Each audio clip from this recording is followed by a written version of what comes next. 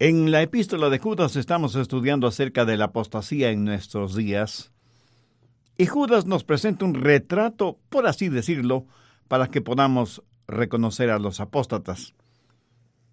Escuché de un hombre joven, bien vestido, que entró en un banco, se dirigió hacia una de las cajeras y le entregó una funda plástica y una nota que decía: "Este es un asalto. Ponga en la funda todo el dinero que tiene. Le estoy apuntando con un revólver, así que apresúrese".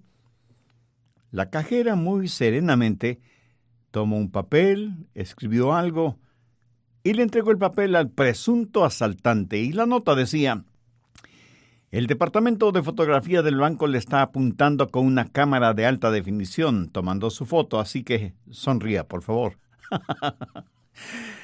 ¿Por qué tomar la foto a un ladrón de bancos? Pues para tenerla en los archivos policiales y tener fichada a esa persona.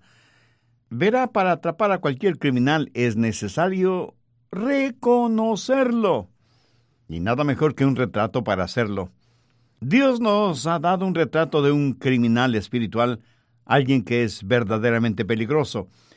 Y para que podamos reconocer a ese criminal, Dios nos da una descripción detallada de ese individuo. Leamos Judas 12. "Estos son manchas en vuestros ágapes, que comiendo impúdicamente con vosotros se apacientan a sí mismos, nubes sin agua, llevadas de acá para allá por los vientos, árboles otoñales sin fruto, 2 veces muertos y desarraigados, fieras ondas del mar, que espuman su propia vergüenza, estrellas errantes para las cuales está reservada eternamente la oscuridad de las tinieblas". Aquí Dios nos da las 5 marcas de un apóstata para que podamos reconocer cuando lo veamos. Y no piense que lo que estoy diciendo no es relevante.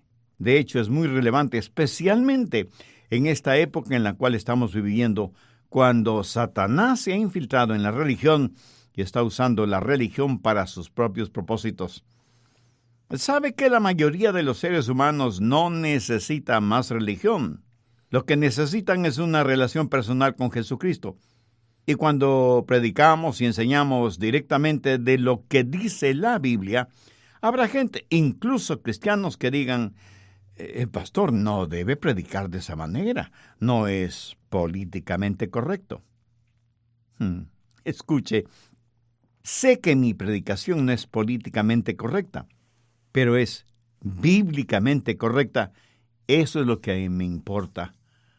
Cuando, como Judas lo dice, contendemos ardientemente por la fe que ha sido una vez dada a los santos, la gente dirá que somos intolerantes, estrechos de mente, chapados a la antigua, que no somos verdaderamente cristianos si es que no ponemos nuestros brazos alrededor del cuello de todo el mundo y le decimos: "Mi amigo, mi hermano, su religión, cualquiera que sea, es tan buena como la mía".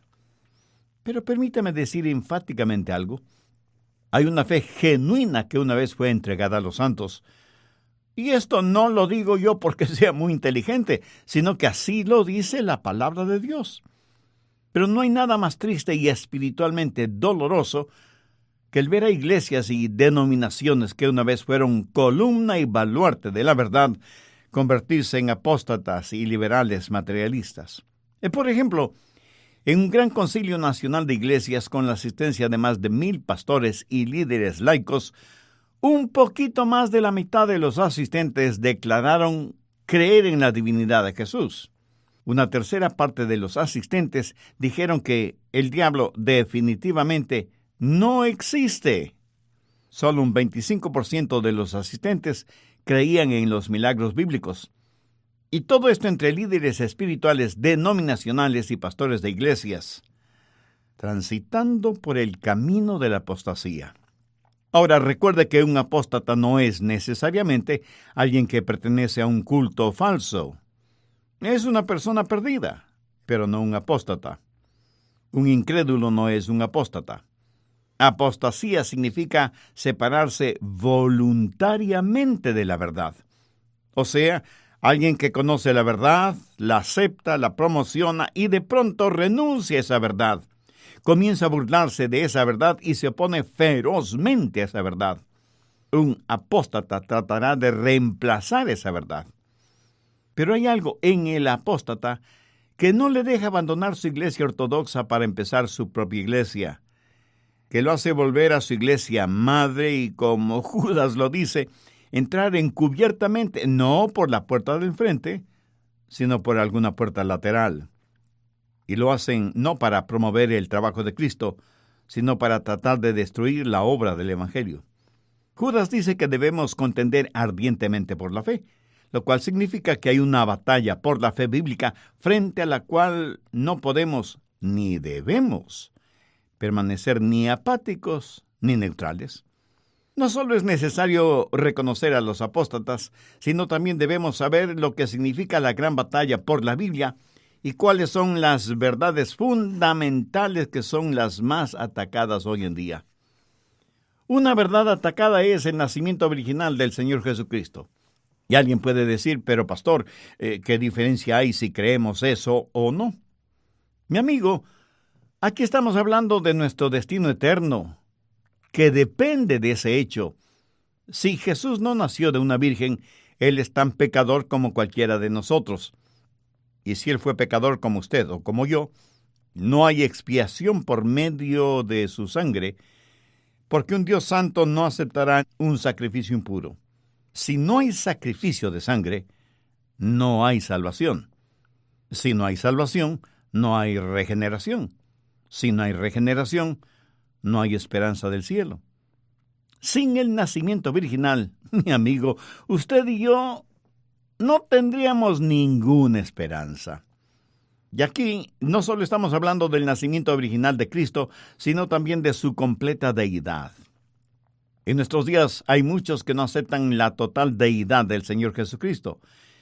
Permítame decirle que Jesús no solo fue un gran líder, no solo fue una relevante figura religiosa, ni fue solo un gran profeta, sino que fue Dios mismo. Grande es el misterio de la deidad. Dios manifestado en la carne. El Verbo hecho carne que habitó entre nosotros. Como Juan inspiradamente lo dice, en el principio era el Verbo, y el Verbo era con Dios, y el Verbo era Dios. Otra verdad atacada es la sangre expiatoria, o sea, el trabajo sustitucionario de Cristo en la cruz por nuestros pecados. Cristo murió por nuestros pecados, de acuerdo a las Escrituras. La sangre de Jesucristo, el Hijo de Dios, nos limpia de todo pecado. A los doctrinalmente liberales y apóstatas no les gusta la predicación acerca de la sangre del Señor Jesucristo. Les es repugnante el trabajo sustitucionario de expiación de Cristo en la cruz. Otra verdad atacada es la segunda venida de Cristo, y nos referimos a la segunda venida del Señor Jesucristo en forma literal, física. El doctor Lucas en Hechos relata que Jesús, después de su resurrección y antes de su ascensión, habló con sus discípulos dándoles órdenes muy precisas. Luego ellos vieron cómo ascendía al cielo en una nube. Y estando ellos observando este extraordinario acontecimiento, 2 varones con vestiduras blancas se pusieron junto a ellos y les dijeron, varones Galileos, ¿por qué estáis mirando al cielo? Este mismo Jesús que ha sido tomado de vosotros al cielo, así vendrá como le habéis visto ir al cielo. Otra verdad fuertemente atacada es la resurrección de Cristo. Note que no estoy siguiendo un orden cronológico, pero eso no cambia las verdades que estoy compartiendo con usted. Es increíble cómo en nuestros días se ataca la resurrección literal de nuestro Señor Jesucristo por parte de pseudoteólogos liberales y apóstatas. Consustancial con nuestra fe cristiana es la predicación de la tumba vacía, y nunca debemos minimizar la resurrección del Señor, porque es su resurrección y su ascensión a los cielos el sólido fundamento de su pronto retorno. Pero también atacan la infalibilidad de la palabra de Dios.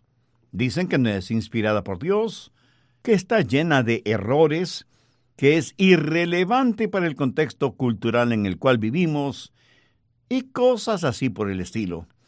A los apóstatas no les gusta escuchar estas verdades que estoy diciendo, pero eso a mí no me quite el sueño. Así que no solo debemos reconocer a los apóstatas, sino también debemos saber cuáles son los grandes fundamentos de nuestra fe. El retrato de un apóstata que Judas nos muestra es para que lo tengamos como señal de advertencia en nuestra mente. Y hay 5 puntos importantes que debemos recordar. Primero, un apóstata es una persona peligrosa. Ve el verso 12. Estos son manchas en vuestros ágapes. Es interesante la palabra manchas en este contexto. En el original griego significa una enorme y peligrosa roca oculta en el lecho de un río. Las rocas que se ven no son peligrosas porque se las puede evitar. Pero las rocas escondidas siempre representan un inminente peligro. No fue la parte del témpano de hielo que se veía lo que hundió al Titanic, sino la parte que no se veía, que estaba por debajo de la superficie del mar. Judas lo que está diciendo es que aún en sus fiestas de compañerismo, en sus ágapes, habrán rocas escondidas, los hombres que han entrado encubiertamente para hacer daño, los apóstatas. El diablo odia cualquier reunión de compañerismo en donde sea evidente la unidad y la práctica sincera del ágape y la coinonía entre los hermanos. La apostasía no solo es peligrosa porque detesta la verdad, sino también porque causa divisiones. Lo que mantiene unidos a los creyentes es el amor mutuo que tenemos por el Señor Jesucristo y en el Señor Jesucristo. Tenemos una sola manera de pensar en cuanto a la deidad de Cristo, la inspiración e infalibilidad de la Biblia y sus absolutas verdades teológicas y doctrinales. Y esa es la razón por la que debemos contender ardientemente por la fe que ha sido una vez dada a los santos. En segundo lugar, la apostasía es engañosa. Veamos el verso 12. Nubes sin agua, llevadas de acá para allá por los vientos. Tácitamente Judas está reconociendo que las lluvias eran muy importantes en esa región. La época de lluvias llegaba, pero tenía muy poca duración. Por eso las lluvias eran tan importantes. Se puede imaginar a un agricultor durante un tiempo de sequía. Ha estado orando a Dios por lluvia y ve una nube y tiene la esperanza de que por fin habrá lluvia. Pero la nube soplada por el viento desaparece. ¡Qué gran desilusión! Una nube sin agua. Dios dice que los apóstatas son así. Recuerda que en el verso 4 Judas dice que algunos hombres han entrado encubiertamente. Ahora en el verso 12 dice que son nubes sin agua, movidas por los vientos. A veces las nubes prometen lluvias, pero no sueltan ni una sola gota de agua. Anote al margen Proverbios 25:14. Como nubes y vientos sin lluvia, así es el hombre que se jacta de falsa liberalidad. Así son los apóstatas. Lo triste es que miles y miles de personas asisten a iglesias apóstatas para escuchar a un predicador apóstata, un infiltrado, una vanidosa y pasajera nube sin agua. Entran sedientos a la iglesia y en vez de recibir el agua de vida, les dan la sal de la mentira y salen mucho más sedientos de lo que entraron.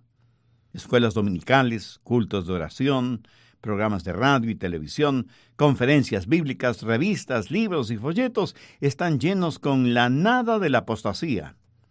Un servicio religioso puede ser aburrido y monótono, o puede estar en llamas con celo satánico, pero carecer totalmente del fuego del Espíritu Santo. Estará vacío de enseñanza bíblica. No habrá conversiones y no habrá genuino gozo espiritual. No habrá victoria en Cristo. Y lo peor es que la gente ni siquiera se da cuenta de que está siendo engañada espiritualmente.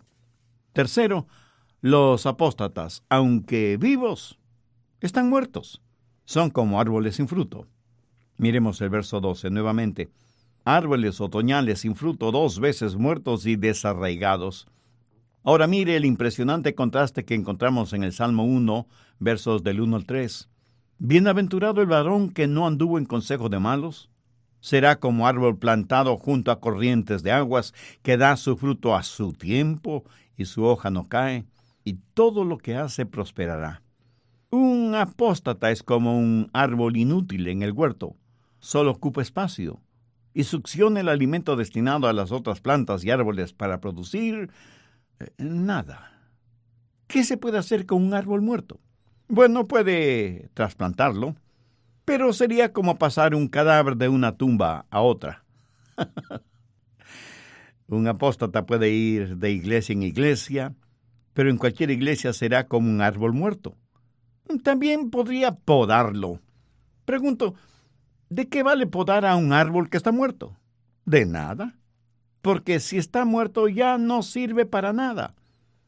O podría tratar de cultivarlo, o sea, ponerle agua y abono y nutrientes y todo eso, pero le puedo asegurar que nada crecerá en ese árbol.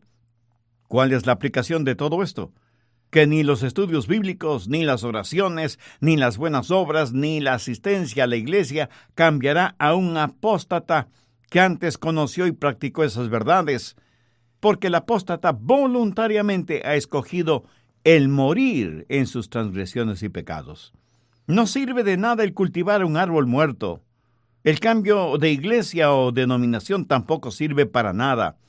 El cambiar de nombre al árbol tampoco da resultado, porque ese árbol, llámese como se llame, está muerto. Se cuenta de una hermana metodista que le dijo a su pastor: «Pastor, creo que voy a seguir la doctrina bautista». Y el pastor le contestó: «Me parece que está bien. No creo que hay nada de malo en cambiar la etiqueta en una botella vacía. Bienaventurado el varón que no anduvo en consejo de malos.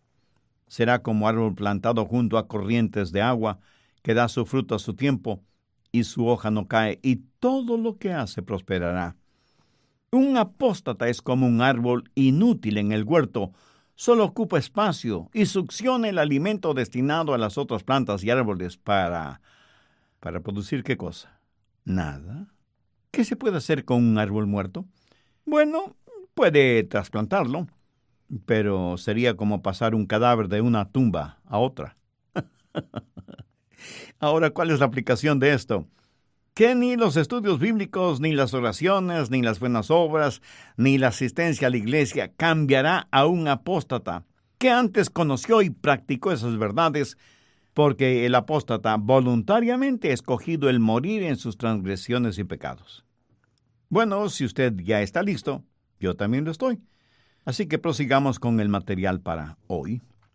Sabe que los apóstatas están en todas las iglesias y en todas las denominaciones. Hay muchas cosas que puede hacer con un árbol muerto, pero lo más práctico que puede hacer con él es quemarlo. Ahora, por favor, no vaya por ahí diciendo que yo dije que hay que quemar a los apóstatas, porque no, de ninguna manera he dicho eso. Eso sería como emitir un juicio que solo Dios puede hacerlo. Y Dios, por medio de Judas, habla de los apóstatas, que son como árboles otoñales sin fruto, 2 veces muertos y desarraigados.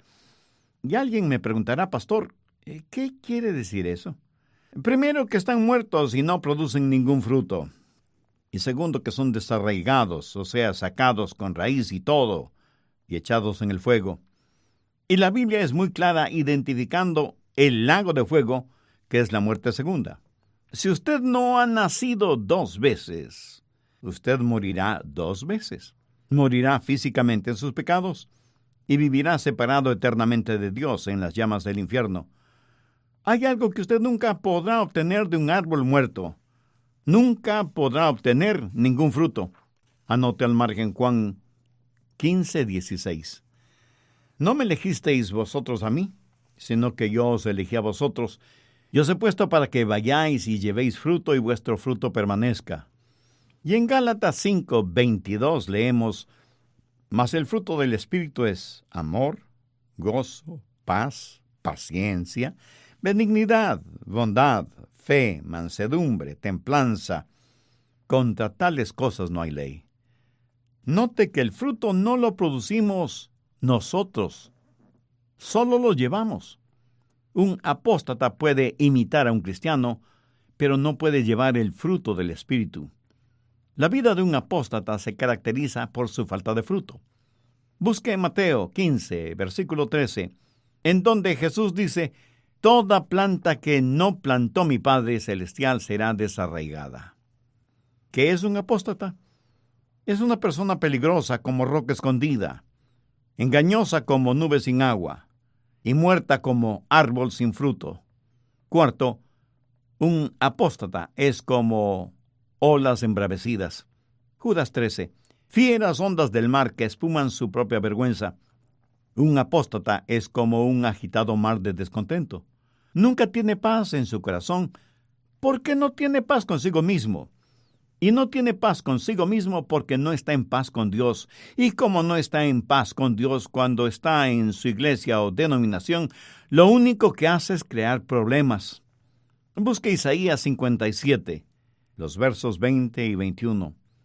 Pero los impíos son como el mar en tempestad, que no puede estarse quieto, y sus aguas arrojan cieno y lodo. No hay paz, dijo mi Dios, para los impíos. Siendo todavía adolescente, vivíamos en West Palm Beach, en la Florida. A mi hermano y a mí nos gustaba ir a la playa después de un huracán.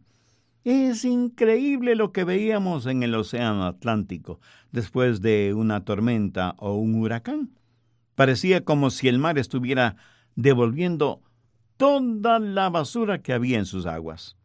Y en la playa quedaban toda clase de desperdicios, agradables y desagradables, que habían estado escondidos en las aguas del océano.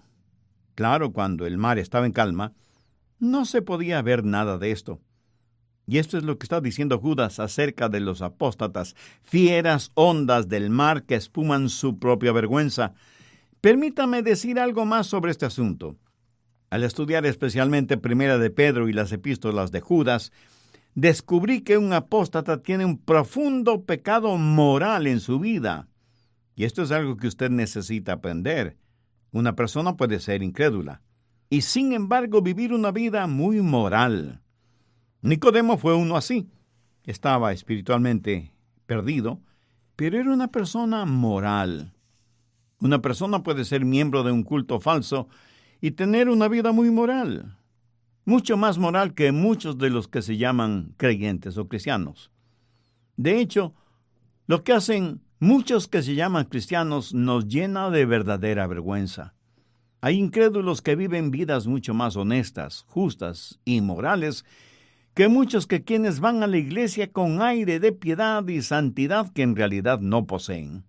Pero un apóstata es algo diferente. Cuando una persona ha escuchado la verdad, conocido la verdad y aceptado esa verdad, y de pronto se vuelve contra esa verdad, esa persona se ha vuelto apóstata. Su discernimiento moral ha sido destruido. Y no solo que ha amordazado su conciencia, sino que prácticamente la ha matado. Y toda restricción espiritual y moral desaparecen. Judas en su epístola eslabona la apostasía con Sodoma y Gomorra. Y Pedro dice que un apóstata es como el perro que vuelve a su vómito. Y aunque esa escena es repugnante, no por eso deja de ser real. Así como real es lo que dice Judas acerca de un apóstata. Deja salir del fondo de sus turbulentas aguas toda la suciedad, toda la basura que hay en su corazón, en su alma, en su vida. Furiosas olas del mar, siempre agitadas y sin ningún descanso, y como no tiene ninguna paz en su corazón, él no quiere que usted tenga paz. Por eso un apóstata es tan peligroso. La iglesia y el mundo, tristemente, están llenos de ellos. Tengo amigos y colegas con quienes estudié en el colegio, la universidad, el seminario. Con pena y tristeza debo admitir que muchos de ellos son apóstatas. Juntos estudiamos para el ministerio, recibimos las mismas enseñanzas, tuvimos casi los mismos profesores, creímos las mismas verdades.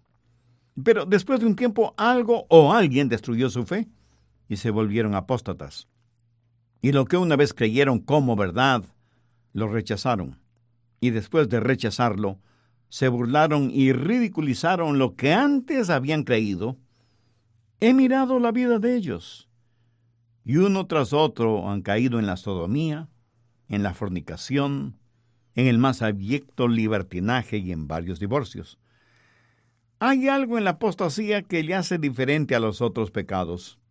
Judas lo ve como furiosas olas del mar, que es una forma muy gráfica de ilustrar la furia inquietante que se anida en el corazón del apóstata y que manifiesta exteriormente por medio de la espuma de su ira.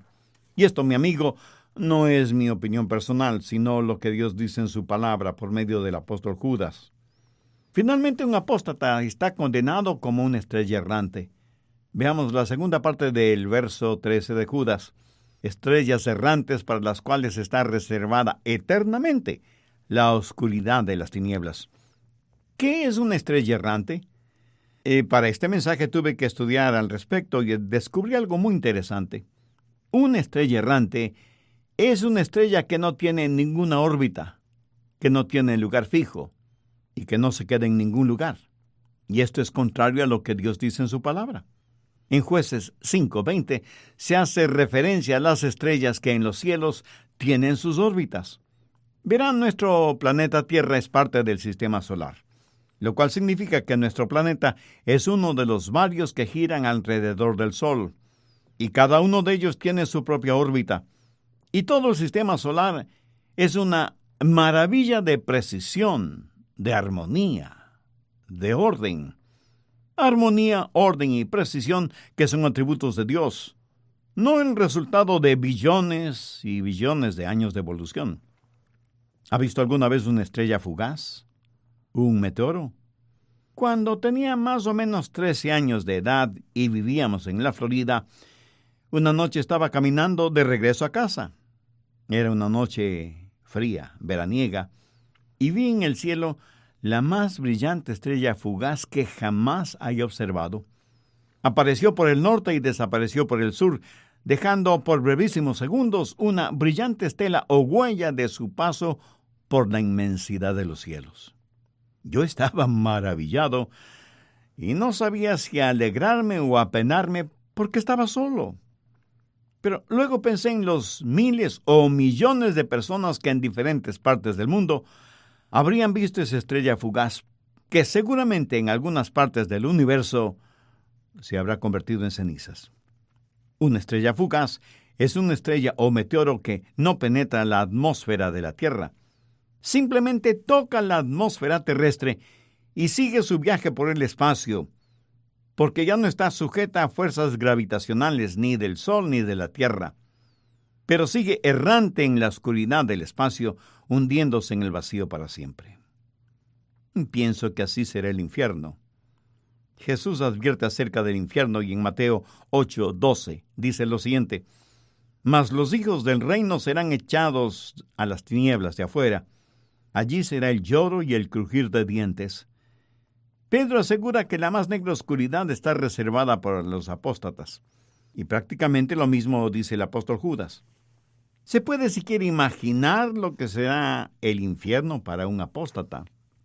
No poder nunca jamás ver el brillo de una estrella. Nunca jamás sentir el calorcito del sol. Nunca jamás ver la hermosura de una luna llena o de una puesta del sol.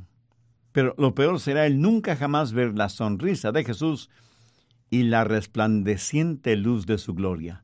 Un apóstata estará para siempre cubierto de oscuridad y tinieblas. Judas ya ha hablado acerca del eterno fuego del infierno, pero ahora habla también de la eterna oscuridad del infierno, en la cual vivirán eternamente los apóstatas. Pero escúcheme, debemos tener un corazón quebrantado por ellos, y aunque les suene raro lo que voy a decir, lo digo de todas maneras. Debemos orar por ellos, porque representan un peligro para todos, especialmente para los hijos e hijas de Dios. Un apóstata es engañoso como una nube sin agua. Está muerto como un árbol que no da ningún fruto. Es como furiosas olas del mar y está condenado como una estrella errante. Con tristeza debo confesar que mientras más estudio la palabra de Dios, estoy convencido de que es casi imposible, por lo menos desde el punto de vista humano, es casi imposible, digo, que un apóstata se salve. Creo que los apóstatas han cometido el pecado imperdonable.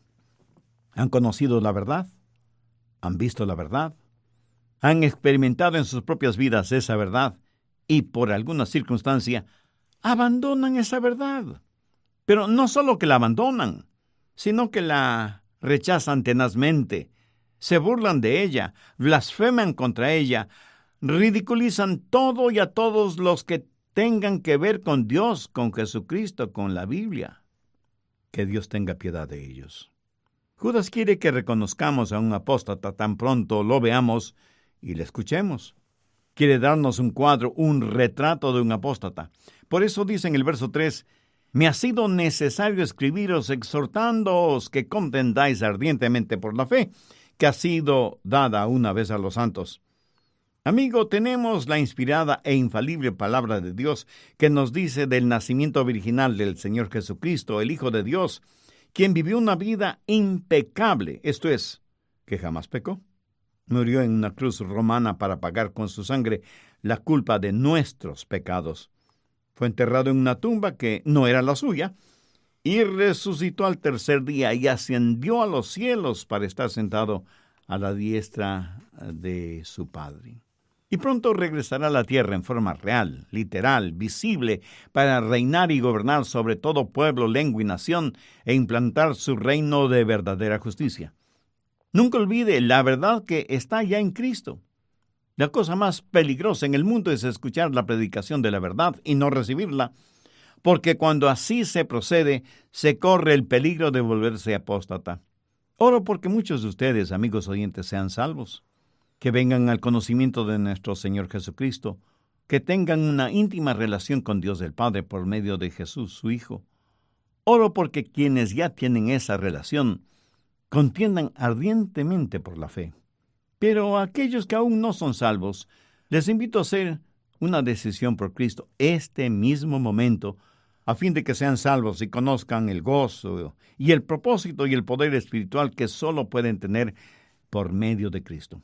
Amigo, amiga, si usted está listo para esa tan importante decisión, le invito a orar conmigo la siguiente sencilla oración, pero dígala con fe, depositando toda su confianza en Cristo. Ore con sinceridad y convicción.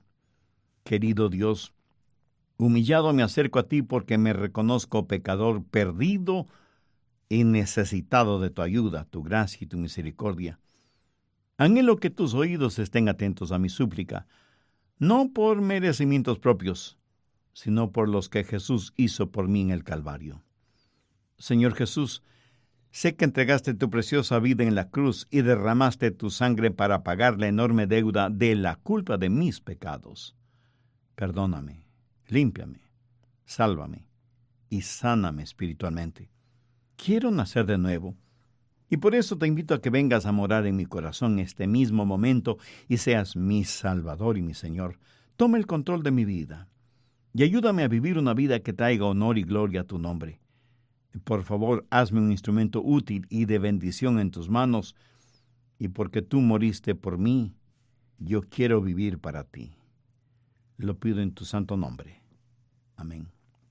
Si usted hizo esa oración y tomó esa decisión espiritual, hay gran gozo en el cielo por su arrepentimiento. Nosotros queremos ser parte de su alegría espiritual. Por eso le invito para que nos escriba y comparta con nosotros acerca de su decisión. Su carta nos dará además la oportunidad y privilegio de orar por usted y su nueva vida como creyente en el Señor Jesucristo.